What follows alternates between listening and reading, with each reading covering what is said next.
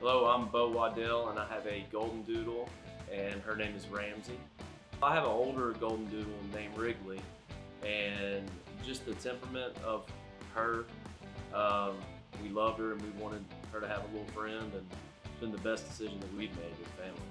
I was going to Starbucks and that's where I met Steve. He had his American Bully outside, and I could tell he was working with this dog, and I was intrigued, so I went over and talked to him, and that's basically how we developed a relationship. I just wanted us to be able to take her places, and if she didn't have a leash on, be able to stay close, walk with a leash if she did have one on, but basically just follow some simple commands where it would make it easier on us. Steve would, at least once a day, he would send me a text or a video or a picture. One day he sent me a picture he had taken her to, I think it was Home Depot or Lowe's. She wasn't on a leash, so they were working outside of your normal environment, just so she could get used to it, because as a family we're going to take her to different places and we want her to be well adapted to other places, not just our home. So I thought that was really cool. Constant communication, I should say, with between Steve and myself. I would say the biggest thing that he talked to me about was accountability.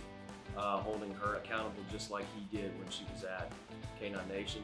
That way it's a consistent environment where she knows that there's, where she's held to a standard, not just to go, do different things, where it's ongoing and you can build on what she's learned. Ramsey is a dog I fell in love with.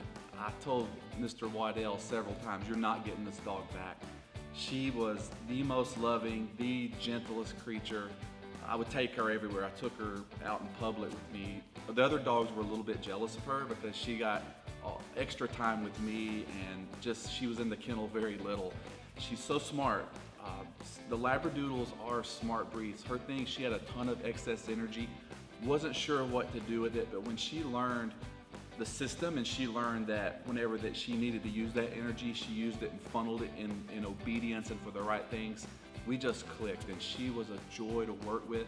I still check on her pretty regularly, love her so much. I actually talked to her breeder because I liked her so much, I wanted one just like her.